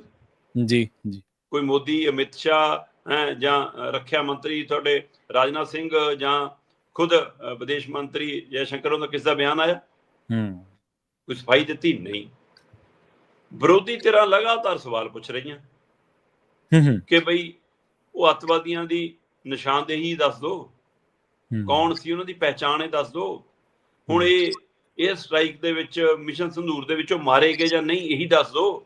ਜੀ ਜੀ, ਬਿਲਕੁਲ ਹੈ ਨਾ। ਉਹਨਾਂ ਦਾ ਰੂਟ ਇਹ ਦੱਸ ਦਿਓ, ਆਏ ਕਿੱਥੋਂ, ਗਏ ਕਿਵੇਂ, ਕਿੱਥੇ ਗਏ, ਹੈ ਨਾ। ਫਿਰ ਜਦੋਂ ਫੌਜੀ ਕਾਰਵਾਈ ਮੁਕੰਮਲ ਹੋ ਗਈ, ਮਿਸ਼ਨ ਸੰਦੂਰ ਹੋ ਗਿਆ, ਗੋਲੀਬੰਦੀ ਹੋ ਗਈ, ਤਾਂ ਦੱਸਦਾ ਦਿਓ ਕਿ ਟਰੰਪ ਨੇ ਕਿੰਨਾ ਕੁ ਰੋਲ ਨਿਭਾਇਆ। ਗਵਾਂਢੀ ਦਾ ਚੀਕ ਚੀਕ ਕੇ ਕਹਿ ਰਿਹਾ, ਗਵਾਂਢੀ ਮੁਲਕ ਤੱਕ, ਕਿ ਹਾਂ ਧੰਨਵਾਦ ਟਰੰਪ ਦਾ, ਤੇ ਤੁਸੀਂ ਉਹਦੇ ਰੋਲ ਦਾ ਜ਼ਿਕਰ ਵੀ ਨਹੀਂ ਕਰ ਰਹੇ। ਬਿਲਕੁਲ ਸਹੀ। ਫਿਰ ਇਹਦੇ ਬਾਅਦ ਇਹ ਵੀ ਕਿਹਾ ਕਿ ਭਾਈ ਇਹ ਵੀ ਦੱਸ ਦਿਓ ਕਿ ਅੱਗੇ ਜਦੋਂ ਫੌਜ ਕਿਸੇ ਐਕਸ਼ਨ 'ਚ ਜਾਂਦੀ ਸੀ ਤਾਂ ਫੌਜ ਵੱਲੋਂ ਬਰੀਫ ਕੀਤਾ ਜਾਂਦਾ ਸੀ, ਹੁਣ ਕੋਈ ਨਾ ਫੌਜ ਵੱਲੋਂ ਬਰੀਫ ਕੀਤਾ ਜਾ ਰਿਹਾ, ਨਾ ਸਰਕਾਰ ਵੱਲੋਂ, ਨਾ ਕਿਸੇ ਮੰਤਰਾਲੇ ਵੱਲੋਂ, ਕਿ ਸਾਡਾ ਕਿੰਨਾ ਨੁਕਸਾਨ ਹੋਇਆ, ਸਾਡੇ ਕਿੰਨੇ ਜਹਾਜ਼, ਕਿੰਨਾ ਹੋਰ ਅਸਲਾ ਅਮਲਾ ਫਾਲਾ, ਉਹ ਸਾਰਾ ਕਿੰਨਾ, ਉਹਦੀ ਦਰੁਸਤ ਜਾਣਕਾਰੀ ਦੇ ਦਿਓ। ਇਹ ਸਾਰੇ ਸਵਾਲਾਂ ਦੇ ਜਵਾਬ ਤੋਂ ਭਾਰਤੀ ਜਨਤਾ ਪਾਰਟੀ, ਉਹਨਾਂ ਦੀ ਸਰਕਾਰ, ਉਹਨਾਂ ਦੇ ਆਗੂ ਭਗੌੜੇ ਨਜ਼ਰ ਆਏ। ਨਾ ਤਾਂ ਮੋਦੀ ਜੀ ਅਜੇ ਤੱਕ ਸਰਬ ਦਲ ਦੀ ਬੈਠਕ 'ਚ ਆਏ, ਨਾ ਸੈਸ਼ਨ ਬੁਲਾਉਣ ਤੇ ਆਏ। ਜਦੋਂ ਇਹ ਸਵਾਲ ਮੁਲਕ ਦੇ ਸਵਾਲ ਵੀ ਬਣਨ ਲੱਗੇ, ਲੋਕਾਂ ਦੇ ਮਨਾਂ 'ਚ ਵੀ ਸਵਾਲ ਪੈਦਾ ਹੋਣ ਲੱਗਿਆ। ਅੰਤਰਰਾਸ਼ਟਰੀ ਮੀਡੀਆ ਕੁਝ ਬਿਆਨ ਕਰ ਰਿਹਾ, ਪਾਕਿਸਤਾਨ ਕੁਝ ਬਿਆਨ ਕਰ ਰਿਹਾ, ਟਰੰਪ ਕੁਝ ਬਿਆਨ ਕਰ ਰਿਹਾ, ਭਾਰਤ ਸਰਕਾਰ ਕੁਝ ਬਿਆਨ ਕਰ ਰਹੀ ਹੈ। ਸੋ ਜਦੋਂ ਕਿਤੇ ਵੀ ਆਪਸੀ ਬਿਆਨ ਕਿਸੇ ਵੀ ਤਰ੍ਹਾਂ ਦਾ ਨਹੀਂ ਮਿਲ ਰਿਹਾ ਤੇ ਇਹਦੇ ਵਿੱਚ ਬੇਯਕੀਨੀ ਪਹਿਲਾਂ ਹੀ ਬਣ ਚੁੱਕੀ ਆ, ਸੋ ਉਸ ਤੋਂ ਫਿਰ ਮੁਲਕ ਵੀ ਸਵਾਲ ਪੁੱਛਣ ਲੱਗ ਗਿਆ। ਸੋ ਇਹ ਸਥਿਤੀ ਦਾ ਫਿਰ ਫਾਰਮੂਲਾ ਕੱਢਿਆ ਜੀ ਅਗਲਿਆਂ ਨੇ ਜੀ। ਜਿਹੜੇ ਵਿਦੇਸ਼ ਸਕੱਤਰ ਸੀ ਸਾਡੇ ਮਿਸ਼ਰੀ ਸਾਹਿਬ, ਜਿਹੜੇ 2 ਫੌਜੀ ਅਧਿਕਾਰੀ, ਮਹਿਲਾ ਫੌਜੀ ਅਧਿਕਾਰੀਆਂ ਦੇ ਨਾਲ ਬਰੀਫ ਕਰਨ ਆਉਂਦੇ ਸੀ, ਇਹਨਾਂ ਦੀ ਟਰੋਲ ਆਰਮੀ ਨੇ ਤਾਂ ਉਹਨਾਂ ਨੂੰ ਵੀ ਨਹੀਂ ਬਖਸ਼ਿਆ। ਇਹਨਾਂ ਦੀ ਉਹ ਆਰਮੀ ਉਲਟੀ ਜਿਹੜੀ ਝੂਠੀ ਸੱਚੀ ਬਣਾਈ ਵੀ ਆ, ਹੈ ਨਾ, ਉਹ ਆਨਲਾਈਨ ਵਾਲੀ, ਸੋਸ਼ਲ ਮੀਡੀਆ ਵਾਲੀ, ਹੈ ਨਾ, ਉਹ ਸਾਰੀ ਇੱਧਰ ਨੂੰ ਸ਼ੁਰੂ ਹੋ ਗਈ, ਆਪਣੇ ਤੇ ਬੈਕਫਾਇਰ ਕਰਨ ਲੱਗ ਪਈ। ਉਹਨਾਂ ਨੇ ਮਿਸ਼ਰੀ ਸਾਹਿਬ ਨੂੰ, ਉਹਨਾਂ ਦੇ ਪਰਿਵਾਰ ਨੂੰ ਨਿਸ਼ਾਨੇ ਤੇ ਲੈ ਲਿਆ। ਇਹ ਸਭ ਦੇ ਬਾਵਜੂਦ ਵੀ ਵਿਦੇਸ਼ ਸਕੱਤਰ ਨੇ ਬੜੀ ਗੰਭੀਰਤਾ ਦੇ ਨਾਲ ਸੰਸਦ ਦੀ ਸਥਾਈ ਕਮੇਟੀ ਨੂੰ ਸਾਰੀ ਜਾਣਕਾਰੀ ਦਿੱਤੀ ਹੈ। ਹੁਣ ਸੰਸਦ ਦੀ ਸਥਾਈ ਕਮੇਟੀ, ਜਿਹਦੇ ਵਿੱਚ ਖੁਦ ਸ਼ਸ਼ੀ ਥਰੂਰ ਜੀ ਨੇ, ਉਹਨਾਂ ਦੇ ਪ੍ਰਧਾਨ, ਤੇ ਸ਼ਸ਼ੀ ਥਰੂਰ ਨੂੰ ਇਹਨਾਂ ਨੇ ਵਫਦ 'ਚ ਵੀ ਸ਼ਾਮਲ ਕੀਤਾ। ਕਾਂਗਰਸ ਕਹਿੰਦੀ ਅਸਾਂ ਨਾਂ ਨਹੀਂ ਭੇਜਿਆ ਸੀ ਉਹਦਾ। ਅੱਜ ਪਹਿਲਾ ਵਫਦ ਜਾ ਰਿਹਾ ਸਾਡਾ ਵਿਦੇਸ਼ ਨੂੰ, ਜੋ ਜਾਣਾ ਹੈ ਵਿਦੇਸ਼ਾਂ ਨੂੰ ਵੱਖ-ਵੱਖ ਦੌਰਿਆਂ ਦੇ ਉੱਤੇ ਦੱਸਣ ਲਈ ਜੀ ਭਾਰਤ ਵੱਲੋਂ ਕੀ ਹੋਇਆ। ਹੁਣ ਉਹ ਸਾਰਾ ਬਿਆਨੀਆਂ ਸ਼ਸ਼ੀ ਥਰੂਰ ਦੇ ਮਾਮਲੇਦਾਰ ਨੇ ਇਹ ਵੀ ਕਿਹਾ, ਕਹਿੰਦੇ ਵੀ ਕਾਂਗਰਸ 'ਚ ਹੋਣਾ ਤੇ ਕਾਂਗਰਸ ਦਾ ਹੋਣਾ ਬਹੁਤ ਫਰਕ ਹੈ। ਸ਼ਸ਼ੀ ਥਰੂਰ ਕਾਂਗਰਸ ਤਾਂ ਹੈਗੇ ਨੇ, ਕਾਂਗਰਸ ਦੇ ਨਹੀਂ ਹੈਗੇ। ਹੋ ਸਕਦਾ ਇੱਕ ਤਾਂ ਰੰਗੀਨ ਬੰਦਾ ਇਹਨਾਂ ਨੂੰ ਵੀ ਚਾਹੀਦਾ ਹੋਵੇ, ਚਲੋ ਹੁਣ ਉੱਧਰ ਲੈਣਾ ਹੋਵੇ ਅਗਲਿਆਂ ਨੇ, ਜੀ ਜੀ। ਤੇ ਵੈਸੇ ਪਰ ਸਮਝ ਪੱਖੋਂ ਵੀ, ਹੈ ਨਾ, ਨੌਲੇਜ ਪੱਖੋਂ ਵੀ ਸ਼ਸ਼ੀ ਥਰੂਰ ਕਿਸੇ ਘੱਟ ਨਹੀਂ ਗਏ, ਇਸ ਲਈ ਅਗਲਿਆਂ ਨੂੰ ਉੱਧਰ ਪੱਟਣੇ ਵੀ ਨੇ ਬੰਦੇ।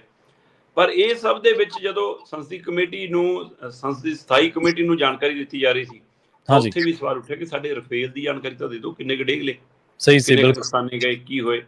ਸੋ ਇਹ ਸਵਾਲ ਜਦੋਂ ਵਿਰੋਧੀ ਧਿਰ ਦੇ ਆਗੂ ਰਾਹੁਲ ਗਾਂਧੀ ਪੁੱਛਦੇ ਨੇ ਤਾਂ ਉਹਨਾਂ ਦੇ ਵੀ ਨਾਲ ਉਹਨਾਂ ਦੀ ਪੂਰੀ ਕਾਂਗਰਸ ਵੀ ਖੜਦੀ ਨਹੀਂ ਹੈ। ਕੁਝ ਤਾਂ ਇਸ ਸਵਾਲ ਨਾਲ ਕਿ ਨਾ ਜੀ ਇਹ ਤਾਂ ਫੌਜ ਦਾ ਸਵਾਲ ਆ ਜਾਊਗਾ, ਨਾ ਪੁੱਛੋ। ਕੁਝ ਨੂੰ ਇਹ ਲੱਗਦਾ ਕਿ ਸਰਕਾਰ ਨੂੰ ਸਵਾਲ ਨਾ ਪੁੱਛੋ ਜੀ, ਸਾਡੀਆਂ ਫਾਈਲਾਂ ਖੁੱਲ ਜਾਣੀਆਂ। ਮਤਲਬ ਰਾਹੁਲ ਗਾਂਧੀ ਨਾਲ ਉਹਦੀ ਪੂਰੀ ਟੀਮ ਵੀ ਖੜੀ ਨਜ਼ਰ ਨਹੀਂ ਆਉਂਦੀ। ਸਹੀ। ਪਰ ਅਗਲਾ ਕਹਿੰਦਾ ਕਿ ਮੈਂ ਤਾਂ ਪੁੱਛਣਾ ਜੀ, ਉਹ ਪੁੱਛਣੋਂ ਨਹੀਂ ਹਟਦਾ। ਤੇ ਜਦੋਂ ਪੁੱਛਿਆ ਤੇ ਬੀਜੇਪੀ ਨੇ ਆਪਣਾ ਰੰਗ ਦਿਖਾਇਆ। ਫਿਰ ਵਿਰੋਧੀ ਧਿਰ ਦੇ ਲੀਡਰ ਦਾ ਅੱਧਾ ਚਿਹਰਾ ਉਹਦਾ ਤੇ ਅੱਧਾ ਚਿਹਰਾ ਪਾਕਿਸਤਾਨ ਦੇ ਫੌਜ ਮੁਖੀ ਦਾ ਲਾ ਕੇ ਦੇਖੋ ਜੀ, ਇਹ ਤਾਂ ਪਾਕ ਦੀ ਬੋਲੀ ਬੋਲਦਾ, ਇਹ ਤਾਂ ਇਹ ਕਰਦਾ। ਮਤਲਬ ਮੈਨੂੰ ਲੱਗਦਾ ਕਿ ਇਹਦੇ ਰਾਹੀਂ ਬੀਜੇਪੀ ਨੇ ਰਾਹੁਲ ਗਾਂਧੀ ਦਾ ਮਜ਼ਾਕ ਨਹੀਂ ਉਡਾਇਆ ਜਾਂ ਵਿਰੋਧੀ ਧਿਰ ਦੇ ਲੀਡਰ ਨੂੰ ਨਿਸ਼ਾਨੇ ਤੇ ਨਹੀਂ ਲਿਆ। ਉਹਨਾਂ ਨੇ ਭਾਰਤ ਦੇ ਬਾਕੀ ਸਵਾਲ ਕਰਤਾਵਾਂ ਨੂੰ ਜਵਾਬ ਦਿੱਤਾ ਕਿ ਤੁਸੀਂ ਨਾ ਪੁੱਛ ਲਿਓ, ਨਹੀਂ ਦੇਖ ਲਿਓ ਕੀ ਕਰੋਗੇ, ਇਹਨੂੰ ਨਹੀਂ ਬਖਸ਼ਦੇ। ਨਹੀਂ ਆਹ ਹਾਲ ਹੋਣਾ। ਮੈਨੂੰ ਲੱਗਦਾ ਇਹ ਤਰੀਕਾ ਇੱਕ ਡਰਾਉਣ ਦਾ ਵੀ ਹੈ। ਪਰ ਰੀਡ ਸੈਰਾਮਨੀ ਮੁੜ ਕੇ ਸ਼ੁਰੂ ਹੋ ਗਈ ਉਹਦੇ ਵਿੱਚ ਗੇਟ ਨਹੀਂ ਖੁੱਲੇ, ਹੈ ਨਾ। ਤੇ ਵਫਦ ਅੱਜ ਜਾ ਰਿਹਾ ਹੈ, ਤੁਸੀਂ ਇਸ ਮਸਲੇ ਤੇ ਫੌਜ ਨੇ ਸਫਾਈ ਦੇਤੀ ਦਰਬਾਰ ਸਾਹਿਬ ਵਾਲੇ ਪਹਿਲੂ ਤੇ, ਠੀਕ ਹੈ ਜੀ। ਵਿਦੇਸ਼ ਸਕੱਤਰ ਨੇ ਸੰਸਦੀ ਸਥਾਈ ਕਮੇਟੀ ਨੂੰ ਇਤਲਾਹ ਦੇਤੀ, ਤੇ ਜਦੋਂ ਇਹ ਸਵਾਲ ਹੁੰਦਾ ਕਹਿੰਦੇ ਜੀ ਇਹ ਰੱਖਿਆ ਮੰਤਰਾਲਾ ਦਾ ਸਵਾਲ ਹੈ, ਰੱਖਿਆ ਮੰਤਰਾਲਾ ਦੱਸੂਗਾ ਜੀ, ਨੁਕਸਾਨ ਵਾਲੀ ਗੱਲ ਨਹੀਂ ਮੈਂ ਕਰ ਸਕਦਾ। ਓਵਰਆਲ ਸਥਿਤੀ ਆ ਜੀ, ਮੈਂ ਤੁਹਾਨੂੰ ਸਾਰੀ ਜਾਣਕਾਰੀ ਕਰਾਤੀ। ਉਹਨਾਂ ਵਿੱਚ ਵਿਰੋਧੀ ਦਲਾਂ ਦੇ ਵੀ ਕੁਝ ਮੈਂਬਰ ਪਾਰਲੀਮੈਂਟ ਹੈਗੇ, ਕੁਝ ਦੂਏ ਹੈਗੇ, ਸਾਰੇ ਹੈਗੇ। ਇਸ ਲਈ ਜੀ ਹੁਣ ਅਗਲੇ ਕਹਿਣਗੇ ਇੱਥੇ ਵੀ ਗੱਲ ਦੱਸਤੀ, ਹੁਣ ਸੰਸਦ ਦੇ ਸੈਸ਼ਨ ਦੀ ਕੀ ਲੋੜ ਰਹਿ ਗਈ ਜੀ ਫਿਰ ਜੀ। ਮਤਲਬ ਇਹ ਬਚਣ ਦਾ ਇਹ ਬੁੱਤਾ ਸਾਰਤਾ ਅਗਲਿਆਂ ਨੇ ਕਿ ਅਸੀਂ, ਮਤਲਬ ਤੁਹਾਨੂੰ ਕਮੇਟੀ ਨੂੰ ਵੀ ਦੱਸਣ ਦੀ ਲੋੜ ਨਾ ਰਹਿੰਦੀ, ਤੁਹਾਨੂੰ ਵਿਦੇਸ਼ ਆਪਣਾ ਵਫਦ ਭੇਜਣ ਦੀ ਵੀ ਲੋੜ ਨਾ ਰਹਿੰਦੀ, ਜੇ ਤੁਸੀਂ ਸੈਸ਼ਨ ਬੁਲਾ ਕੇ ਉਸ ਦੀ ਕਾਰਵਾਈ ਜਨਤਕ ਕਰਦੇ। ਤੇ ਉਹ ਠੋਸ ਜਾਣੀ ਸੀ ਗੱਲ ਕਿ ਪੂਰਾ ਮੁਲਕ ਇਕੱਠਿਆਂ ਹੋ ਕੇ ਬੈਠ ਕੇ ਮੰਥਨ ਕਰ ਰਿਹਾ ਹੈ ਨਾ, ਪਰ ਉਹ ਤੋਂ ਬੀਜੇਪੀ ਭਗੌੜਾ ਤੇ ਆਹ ਫਾਰਮੂਲਾ ਕੱਢ ਕੇ ਉਹਨੂੰ ਲੱਗਿਆ ਕਿ ਬੁੱਤਾ ਸਰ ਗਿਆ ਜੀ। ਜੀ ਬਿਲਕੁਲ।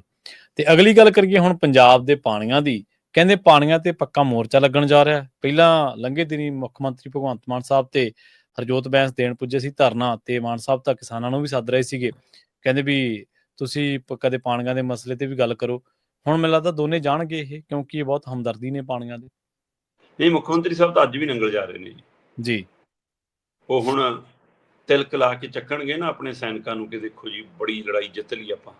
ਅੱਜ ਧਰਨਾ ਮੁਕਾਉਣਗੇ। ਅੱਜ ਸਾਡੀ 21 ਤਰੀਕ ਚੜ੍ਹ ਗਈ, 20 ਤਰੀਕ ਰਾਤ 12:01 ਤੇ 10,000 ਕਿਊਸਕ ਪਾਣੀ ਜਾਣ ਲੱਗ ਪਿਆ ਹਰਿਆਣਾ ਨੂੰ, ਕਿਉਂਕਿ ਉਹਨਾਂ ਨੇ ਜਿੰਨਾ ਮੰਗਿਆ ਉਹਨਾਂ BBMP ਕਹਿੰਦੀ ਦੇ ਦਿਓ, ਬਾਅਦ ਚੋਂ ਸਾਫ਼ ਕਰ ਲਾਂਗੇ। ਮਤਲਬ ਬਾਅਦ ਚੋਂ ਫਿਰ ਰੌਲਾ ਪਊਗਾ, ਉਹਦਾ ਹਿਸਾਬ ਕਿਹਨੇ ਕਰਨਾ ਫਿਰ, ਹੈ ਨਾ। ਸੋ ਮੈਨੂੰ ਲੱਗਦਾ ਕਿ ਮੁੱਖ ਮੰਤਰੀ ਸਾਹਿਬ ਨੂੰ ਵੀ ਲੜਾਈ ਸੂਟ ਕਰਦੀ ਹੈ ਕਿ ਹਫ਼ਤਾ 10 ਦਿਨ ਦੀ ਲੜਾਈ ਲੜੋ ਤੇ ਇੰਨੀ ਕੁ ਦਿਖਾਓ ਕਿ ਦੇਖੋ ਜੀ ਪਾਣੀ ਰੋਕ ਲਿਆ ਵੀ।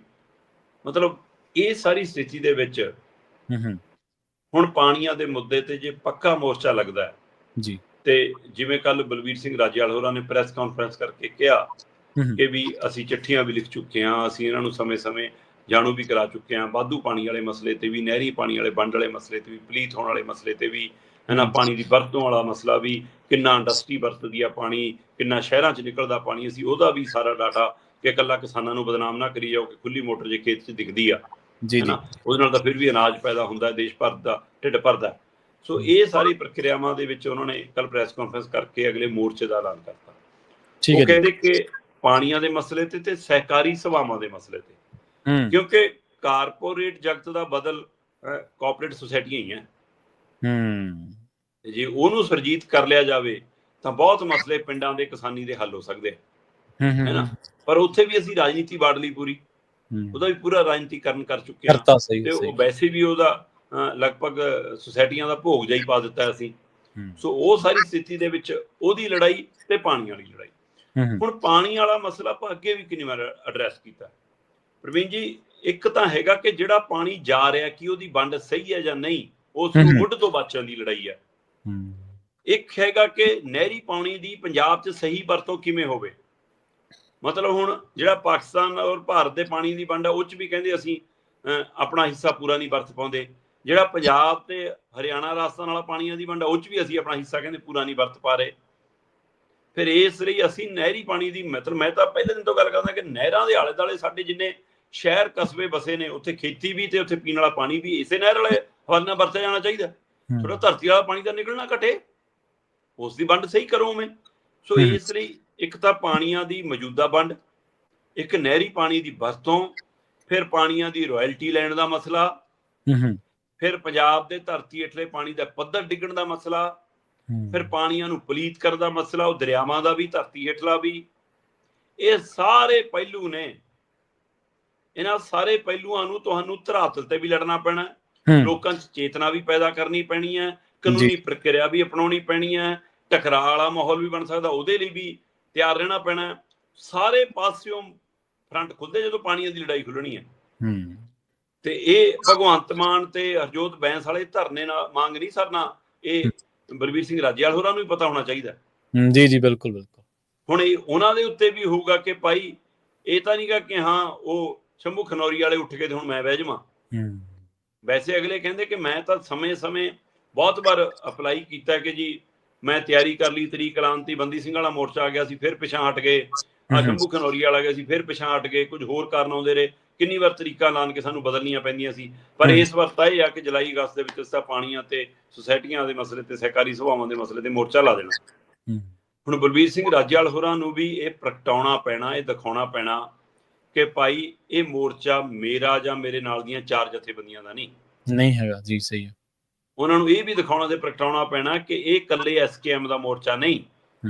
ਉਹਨਾਂ ਨੂੰ ਇਹ ਵੀ ਦਿਖਾਉਣਾ ਤੇ ਪ੍ਰਗਟਾਉਣਾ ਪੈਣਾ ਕਿ ਸਮੁੱਚੀਆਂ ਕਿਸਾਨ ਜਥੇਬੰਦੀਆਂ ਦਾ ਮੋਰਚਾ ਵੀ ਨਹੀਂ, ਇਹ ਕਿਸਾਨਾਂ ਦਾ, ਇਹ ਪੰਜਾਬ ਦਾ, ਪੰਜਾਬ ਦੇ ਪਾਣੀਆਂ ਦਾ ਮੋਰਚਾ ਜੇ ਬਣ ਨਿਬੜਿਆ ਫਿਰ ਇਹ ਵੱਡੀ ਲੜਾਈ ਬਣੂਗੀ। ਜੇ ਇਸ ਨੂੰ ਸਿਰਫ ਆਪਣਾ ਤੇ ਆਪਣੀ ਜਥੇਬੰਦੀਆਂ ਤੱਕ ਸੀਮਤ ਰੱਖਣ ਦੀ ਕੋਸ਼ਿਸ਼ ਹੋਈ ਜਾਂ ਉਸ ਦਾ ਦਾਇਰਾ ਐਡਾ ਵਿਸ਼ਾਲ ਨਾ ਕਰ ਪਾਏ, ਫਿਰ ਇਹ ਵੀ ਪਾਣੀਆਂ ਦਾ ਮੋਰਚਾ ਨੰਗਲ 'ਚ ਲੱਗਿਆ ਹਰਜੋਤ ਬੈਂਸ ਵਾਲੇ ਮੋਰਚੇ ਵਰਗਾ ਹੀ ਨਾ ਹੋਵੇ। ਇਹਨੂੰ ਵੀ ਦੇਖਣਾ ਪੈਣਾ। ਪੰਜਾਬ ਦਾ ਜਿਹੜਾ ਪਾਣੀ ਹੈ ਉਹਦੇ ਨਾਂ ਤੇ ਪੰਜਾਬ ਦਾ ਨਾਂ ਪਿਆ, ਤੇ ਪਾਣੀ ਸਾਡੀ ਬੁਨਿਆਦ ਹੈ, ਪੰਜਾਬ ਦੀ ਪਹਿਚਾਣ ਹੈ, ਉਹਦੀ ਤਹਿਜ਼ੀਬ, ਉਹਦੇ ਸੱਭਿਆਚਾਰ ਦੇ ਵਿੱਚ ਉਹਦੇ ਤੇ ਗੀਤ ਬਣਦੇ ਆ ਪਾਣੀਆਂ ਦੇ ਉੱਤੇ, ਤੇ ਪਾਣੀਆਂ ਦੇ ਉੱਤੇ ਸਾਡਾ ਹੱਕ ਹੈ। ਅਸੀਂ ਠੋਕ ਵਜਾ ਕੇ ਕਹਿਣੇ ਆ, ਤੇ ਜੇ ਸਾਡਾ ਹੱਕ ਹੈ, ਜਿੱਥੇ ਹੱਕ ਦੀ ਗੱਲ ਆਉਂਦੀ ਸ਼ਰਮਾ ਜੀ, ਉੱਥੇ ਫਰਜ਼ ਵੀ ਬਣਦੇ ਤੇ ਫਰਜ਼ ਬਣਦੇ ਨੇ ਕਿ ਤੁਸੀਂ ਖਿੱਤਾ, ਜਥੇਬੰਦੀ, ਵਿਚਾਰਧਾਰਾ, ਇਹਨਾਂ ਸਾਰਿਆਂ ਤੋਂ ਉੱਪਰ ਉੱਠ ਕੇ ਜਦੋਂ ਪਾਣੀ ਦੀ ਗੱਲ ਆਉਂਦੀ ਹੈ ਉਦੋਂ ਤੁਸੀਂ ਠੋਕ ਕੇ ਉਹਦੇ ਤੇ ਪਹਿਰਾ ਦਿਓ। ਠੀਕ ਹੈ, ਸਰਕਾਰਾਂ ਨੂੰ ਧਰਨੇ ਦੇਣੇ ਬਹੁਤ ਸੌਖੇ ਆ, ਹਰਜੋਤ ਬੈਂਸ ਨੂੰ ਕਿਹਨੇ ਚੱਕਣਾ ਉੱਥੋਂ, ਪਰ ਇਹਨਾਂ ਨੂੰ ਤਾਂ ਪੰਜਾਬ ਸਰਕਾਰ ਦੀ ਇੰਟੈਲੀਜੈਂਸ ਅਗਲੇ ਦਿਨ ਹੀ ਚੱਕਣ ਜਾ ਵੜੂਗੀ। ਤੁਸੀਂ ਦੇਖ ਲਓ, ਇੱਥੇ ਤੁਹਾਡੇ ਸਾਹਮਣੇ ਹੀ ਹੈ। ਅਗਲੀ ਗੱਲ ਕਰੀਏ ਪੰਜਾਬ ਸਰਕਾਰ ਦੀ, ਸ਼ਰਮਾ ਜੀ ਕਹਿੰਦੇ ਪੰਜਾਬ ਦਾ ਸਟੀਅਰਿੰਗ ਹੁਣ ਪੱਕਾ ਹੀ ਦਿੱਲੀ ਵਾਲਿਆਂ ਦੇ ਹੱਥ ਫੜਾਤਾ ਜੀ। ਪ੍ਰਵੀਨ ਜੀ, ਇਹ ਤਾਂ ਵੈਸੇ ਬਹੁਤ ਪੁਰਾਣਾ ਹੋ ਗਿਆ ਮਸਲਾ। ਹੁਣ ਤਾਂ ਰਹਿੰਦੀ ਹੁੰਦੀ ਕਸਰ ਵੀ ਪੂਰੀ ਕੀਤੀ ਜਾ ਰਹੀ ਹੈ ਜੀ। ਪੰਜਾਬ ਦਾ ਚੌਪਰ ਹੁਣ ਰੋਜ਼ ਜਦੋਂ ਉੱਡਦਾ ਜੀ ਤਾਂ ਉਹਦੇ ਵਿੱਚ ਪੌਣੇ ਮਤਲਬ 5 ਬੰਦੇ ਬੈਠੇ ਹੁੰਦੇ ਨੇ, ਪੌਣੇ 5 ਬੰਦੇ ਉਹਦੇ ਵਿੱਚ ਦਿੱਲੀ ਵਾਲੇ ਹੁੰਦੇ। ਠੀਕ ਹੈ, ਅੱਛਾ। ਕਿਉਂਕਿ ਜਿਹੜਾ ਸਾਡੇ ਵਾਲਾ ਬੈਠਾ ਹੁੰਦਾ ਉਹ ਵੀ ਤਾਂ ਹੁਣ ਅੱਧੇ ਤੋਂ ਜ਼ਿਆਦਾ ਦਿੱਲੀ ਦਾ ਹੀ ਹੋ ਗਿਆ, ਪੰਜਾਬ ਦਾ ਤਾਂ ਰਿਹਾ ਹੀ ਨਹੀਂ ਉਹ। ਤੋ ਇਸ ਲਈ ਉਹ ਸਾਰੀ, ਉਹ 'ਚ ਕੇਜਰੀਵਾਲ, ਉਹ 'ਚ ਮਨੀਸ਼ ਸਿਸੋਦੀਆ, ਸਾਰੇ ਦਿੱਲੀ ਵਾਲੇ ਹਾਰੇ, ਛੱਡੇ, ਕੱਢੇ, ਵੱਡੇ ਸਭ ਇੱਥੇ ਬੈਠੇ ਨੇ ਤੇ ਸਰਕਾਰ ਦੇ ਖਜ਼ਾਨੇ ਤੇ, ਪੰਜਾਬ ਦੇ ਸਿਰ ਤੇ, ਪੰਜਾਬ ਦੇ ਖਜ਼ਾਨੇ ਤੇ ਮੌਜਾਂ ਕਰ ਰਹੇ ਨੇ। ਕੇਜਰੀਵਾਲ ਆਊਗਾ, ਆਪਣੀ ਫੌਜ ਨਾਲ ਲਿਆਉਂਦਾ, ਮਨੀਸ਼ ਸਿਸੋਦੀਆ ਆਇਆ, ਆਪਣੀ ਫੌਜ ਨਾਲ ਲਿਆ, ਸਿੰਦਰ ਜੈਨ ਆਇਆ, ਆਪਣੀ ਫੌਜ ਨਾਲ ਲਿਆ, ਸੰਦੀਪ ਪਾਠਕ ਆਇਆ, ਆਪਣੇ ਫਿਲੇ ਨਾਲ ਲਿਆਇਆ, ਰਾਘਵ ਚੱਡਾ ਆਇਆ, ਆਪਣੇ ਫਿਲੇ ਨਾਲ ਲਿਆ, ਤੇ ਸਭ ਸਕੱਤਰੇ ਤੋਂ ਲੈ ਕੇ, ਮੰਤਰੀ ਦੀਆਂ ਗੱਡੀਆਂ ਤੋਂ ਲੈ ਕੇ, DC ਦਫ਼ਤਰਾਂ ਤੋਂ ਹੁੰਦਿਆਂ ਹੋਇਆਂ ਤਹਿਸੀਲਦਾਰ, ਹੈ ਨਾ, SSP, ਸਭ ਥਾਵਾਂ ਦੇ ਉੱਤੇ ਦਿੱਲੀ ਵਾਲੇ ਬੈਠੇ। ਤੇ ਚਲੋ ਜੀ, ਪੰਜਾਬ ਸਰਕਾਰ ਕਹਿੰਦੀ ਚਿਰਾਂ ਤੋਂ ਮੰਗ ਸੀ ਜੀ, ਚੇਅਰਮੈਨ ਨਹੀਂ ਲੱਗੇ ਜੀ, ਆ ਵਾਈਸ ਚੇਅਰਮੈਨ ਨਹੀਂ ਲੱਗੇ ਜੀ, ਮੈਂਬਰ ਨਹੀਂ ਲੱਗੇ ਜੀ, ਵੋਟਾਂ ਕਰਨੇ। ਲਓ ਜੀ, ਲਾਤੇ ਜੀ ਸਾਰੇ। 5 ਚੇਅਰਮੈਨ ਲੱਗੇ ਇਸ ਵੀਕਐਂਡ ਦੇ ਵਿੱਚ। ਠੀਕ ਹੈ। 5 ਚੇਅਰਮੈਨਾਂ ਚੋਂ 2 ਚੇਅਰਮੈਨ ਸਿੱਧੇ ਦਿੱਲੀ ਵਾਲੇ ਨੇ, ਔਰ ਚੇਅਰਮੈਨੀਆਂ ਵੀ ਉਹ ਜਿਹਦੇ ਬਹੁਤ ਅਰਥ ਨੇ। ਪਿਛਲੇ ਦਿਨੀ ਇਹਨਾਂ ਨੇ ਪਾਣੀਆਂ ਨੂੰ ਪਲੀਤ ਕਰਨ ਵਾਲਾ ਕੇਂਦਰ ਦੀ ਹਾਮੀ ਭਰੀ ਕਿ ਕਰ ਚੱਕਦਾ ਵੀ ਕੰਮ ਲਓ, ਵੀ ਹੁਣ ਪਾਣੀ ਪਲੀਤ ਕਰੋ, ਜਿੰਨਾ ਕਰਨਾ, ਕੋਈ ਸਜ਼ਾ ਨਹੀਂ ਤੁਹਾਨੂੰ। ਤੇ ਫਿਰ ਪ੍ਰਦੂਸ਼ਣ ਵਿਭਾਗ ਦਾ ਕੰਮ ਕੀ ਰਹਿ ਗਿਆ ਭਾਈ, ਸਾਨੂੰ ਦੱਸਤਾ ਦਿਓ। ਸਹੀ ਹੈ। ਪ੍ਰਦੂਸ਼ਣ ਕੰਟਰੋਲ ਬੋਰਡ ਦੀ ਚੇਅਰਮੈਨ ਲਾਈ ਹੈ ਜੀ ਬੀਬੀ ਰੀਨਾ ਗੁਪਤਾ। ਠੀਕ ਹੈ। ਉਹਦੀ ਕੁਆਲੀਫਿਕੇਸ਼ਨ ਕੀ ਹੈ ਕਿ ਜੀ ਉਹ ਇਹਨਾਂ ਦੀ ਰਾਸ਼ਟਰੀ ਪਾਰਟੀ ਦੀ ਰਾਸ਼ਟਰੀ ਬੁਲਾਰਾ ਰਹੀ ਹੈ। ਠੀਕ ਹੈ।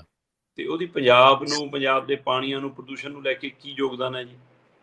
ਕੋਈ ਐਕਟ ਦਾ ਨਾਮ ਪਤਾ ਹੋਊਗਾ ਉਹਨੂੰ ਜਿਹੜਾ ਪ੍ਰਦੂਸ਼ਣ ਤੋਂ ਰੋਕਦਾ? ਉਹੀ ਤਾਂ ਸਵਾਲ ਕਰਦਾ। ਹਾਂ, ਜਿਹੜਾ ਕੰਮ ਉਹਨੂੰ ਆਉਂਦਾ ਹੈ, ਹੋ ਸਕਦਾ ਉਸ ਕੰਮ ਲਈ ਉਹ ਲਾਈ ਹੈ ਜੀ। ਕਹਿਣ ਨੂੰ ਪ੍ਰਦੂਸ਼ਣ ਕੰਟਰੋਲ ਬੋਰਡ ਦੀ ਚੇਅਰਮੈਨ ਆ, ਕੰਟਰੋਲ ਤਾਂ ਪੰਜਾਬ ਦੀ ਸਾਰੀ ਇੰਡਸਟਰੀ ਆ ਜਾਂਦੀ ਹੈ ਇਹਦੇ ਨਾਲ। ਹੁੰਦੀ ਹੈ, ਬਿਲਕੁਲ ਸਹੀ।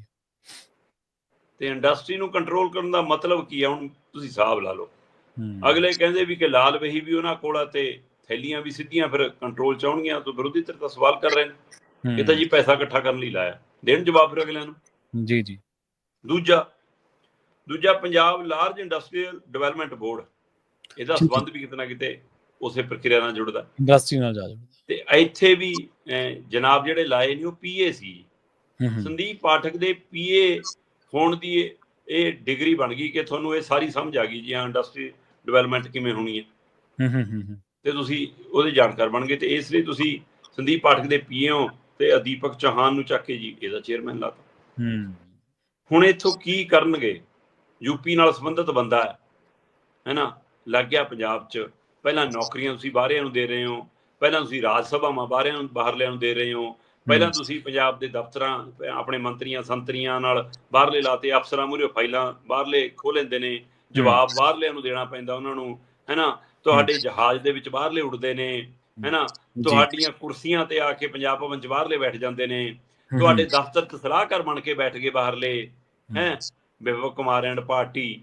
ਬਿਲਕੁਲ ਤੇ ਭਾਈ ਹੁਣ ਬਚਿਆ ਕੀ ਆ? ਜਦੋਂ ਬੱਸ ਸਾਰੀ ਭਰ ਲਈ ਬਾਹਰਲਿਆਂ ਨਾਲ, ਫਿਰ ਸਟੀਅਰਿੰਗ ਵੀ ਫੜਾਤਾ ਅਗਲਿਆਂ ਨੂੰ। ਤੇ ਪੰਜਾਬ ਤਾਂ ਹੁਣ ਰੱਬ ਆਸਰੇ ਚੱਲਦਾ ਜਨਾਬ, ਹੈਨਾ। ਸਾਡੇ ਵਾਲਾ ਤਾਂ ਬਸ ਸਿਰਫ ਉਡਣ ਉਡਾਉਣ ਨੂੰ ਰੱਖਿਆ। ਪਤਾ ਨਹੀਂ ਇਹ ਝੂਟਾ ਲਿਆਉਂਦਾ ਉਹਨਾਂ ਨਾਲ ਕਿ ਉਹਨਾਂ ਨੂੰ ਝੂਟਾ ਦਿੰਦਾ, ਇੰਨਾ ਕੰਮ ਰਹਿ ਗਿਆ ਬਸ। ਹਾਂਜੀ, ਕਦੇ ਦੂਜਿਆਂ ਦੇ ਉੱਤੇ ਟਕੋਰਾਂ ਕਰਦੇ ਹੁੰਦੇ ਸੀ, ਅੱਜ ਆਪ ਹੀ ਉਹਨਾਂ ਟਕੋਰਾਂ ਦਾ ਸਾਹਮਣਾ ਕਰ ਰਹੇ ਨੇ ਮੁੱਖ ਮੰਤਰੀ ਕਰਨਾ ਪਊਗਾ ਜੀ। ਹਾਂਜੀ, ਤੇ ਜਾਂਦੇ ਜਾਂਦੇ ਪੰਜਾਬ ਦੀ ਇੱਕ ਹੋਰ ਹੋਣੀ ਦੀ ਗੱਲ ਕਰੀਏ ਸ਼ਰਮਾ ਜੀ, ਕਹਿੰਦੇ ਇੱਕ ਤਾਂ ਕਰਜ਼ੇ ਦਾ ਬੋਝ ਆ, ਉਹ ਤਾਂ ਕਿਸੇ ਤੋਂ ਲੁਕਾ ਛਿਪਾ ਨਹੀਂ ਹੈ, ਪਰ ਪੰਜਾਬ ਦੇ ਉੱਤੋਂ ਮਹਿੰਗਾਈ ਦੀ ਮਾਰ ਵੀ ਪੈ ਰਹੀ ਹੈ ਜੀ। ਫਿਰ ਜੀ ਬਿਲਕੁਲ 4.25 ਲੱਖ ਕਰੋੜ ਨੂੰ ਲਗਭਗ ਸਾਡਾ ਕਰਜ਼ਾ ਪਹੁੰਚ ਗਿਆ ਤੇ ਉਹਦੀ ਮੱਦ ਵਧੀ ਹੋ ਜਾਣੀ ਆ ਹੋਰ। ਉਸ ਫਿਕਰਾਂ ਦੇ ਦਰਮਿਆਨ ਮਹਿੰਗਾਈ ਦਰ ਹੋਰ ਵੱਡੀ ਹੋ ਗਈ ਜੀ। ਮਤਲਬ ਵੈਸੇ ਕਈ ਵਾਰ ਇਹ ਹੁੰਦਾ ਕਿ ਜੇ ਚੀਜ਼ ਮਹਿੰਗੀ ਵੀ ਹੋ ਜਾਵੇ ਤਾਂ ਵੀ ਅਸੀਂ ਦੂਜਿਆਂ ਨੂੰ ਦੇਖ ਕੇ ਸਾਰ ਲੈਣੇ ਕਿ ਕੋਈ ਨਾ ਦੂਜਿਆਂ ਨਾਲ ਵੀ ਤਾਂ ਹੀ ਹੋ ਰਿਹਾ ਹੈ ਨਾ, ਇਹਦੇ ਨਾਲ ਦੁੱਖ ਕੱਟਣਾ ਆਸਾਨ ਹੋ ਜਾਂਦਾ ਕਿ ਆਪਾਂ ਕਿਹੜਾ ਜੱਗ ਤੋਂ ਅੱਡ ਹੈ। ਪਰ ਪੂਰੇ ਭਾਰਤ ਦੀ ਰਾਸ਼ਟਰੀ ਦਰ ਘਟ ਰਹੀ ਆ ਜੀ, ਤੇ ਪੰਜਾਬ ਦੀ ਮਹਿੰਗਾਈ ਦਰ ਵੱਧ ਰਹੀ ਆ, ਫਿਰ ਤਾਂ ਫਿਕਰ ਹੋਊਗਾ ਨਾ। ਮਾਰਚ ਮਹੀਨੇ 'ਚ ਸਮੁੱਚੇ ਭਾਰਤ ਦੀ ਜਿਹੜੀ ਰਾਸ਼ਟਰੀ ਮਹਿੰਗਾਈ ਦਰ ਸੀ ਉਹ 3.34% ਸੀ ਤੇ ਪੰਜਾਬ ਦੀ 3.65% ਸੀ। 3.34 ਰਾਸ਼ਟਰੀ ਆ, 3.65 ਪੰਜਾਬ ਦੀ ਹੈ, ਇਹ ਵੱਧ ਹੈ। ਹੁਣ ਅਪ੍ਰੈਲ ਮਹੀਨਾ ਚੜਿਆ, ਰਾਸ਼ਟਰੀ ਮਹਿੰਗਾਈ ਦਰ 3.34 ਤੋਂ ਘਟ ਕੇ 3.16 ਆ ਗਈ। ਸਹੀ ਹੈ। ਤੇ ਪੰਜਾਬ ਦੀ ਮਹਿੰਗਾਈ ਦਰ 3.65 ਤੋਂ ਵੱਧ ਕੇ 4.9 ਤੇ ਚਲੀ ਗਈ ਜੀ। ਸਾਡੀ 0.44% ਵੱਧ ਗਈ ਮਹਿੰਗਾਈ ਦਰ। ਮੁਲਕ ਦੀ ਘਟ ਰਹੀ ਹੈ ਔਸਤਨ ਰਾਸ਼ਟਰੀ ਮਹਿੰਗਾਈ ਦਰ, ਤੇ ਪੰਜਾਬ ਦੀ ਵੱਧ ਰਹੀ ਹੈ। ਫਿਰ ਕਿਹਨੂੰ ਪੁੱਛੀਏ ਜੀ? ਹਾਂ, ਇਹ ਲਗਭਗ 5 ਸੂਬੇ ਨੇ ਜਿਨ੍ਹਾਂ 'ਚ ਮਹਿੰਗਾਈ ਦਰ ਮੁਲਕ 'ਚ ਸਭ ਤੋਂ ਉੱਪਰ ਹੈ, ਉਹਨਾਂ 'ਚ ਅਸੀਂ ਚੌਥੇ ਨੰਬਰ ਤੇ। ਜੇ ਇਸੇ ਨਾਲ ਕੁਛ ਹੋਣਾ ਤਾਂ ਭਾਵੇਂ ਹੋ ਲਓ। ਪਹਿਲੇ ਨੰਬਰ ਤੇ ਕੇਰਲਾ ਹੈ ਜੀ, ਜਿੱਥੇ 5.94 ਲਗਭਗ 6% ਦੀ ਮਹਿੰਗਾਈ ਦਰ ਜੀ। ਦੂਏ ਨੰਬਰ ਦੇ ਉੱਤੇ ਕਰਨਾਟਕਾ 4.26% ਮਹਿੰਗਾਈ ਦਰ ਹੈ। ਤੀਜੇ ਨੰਬਰ ਉੱਤੇ ਜੰਮੂ ਕਸ਼ਮੀਰ ਹੈ 4.75 ਮਹਿੰਗਾਈ ਦਰ ਹੈ, ਤੇ ਚੌਥੇ ਨੰਬਰ ਤੇ ਅਸੀਂ ਹਾਂ ਜੀ 4.9% ਮਹਿੰਗਾਈ ਦਰ ਹੈ।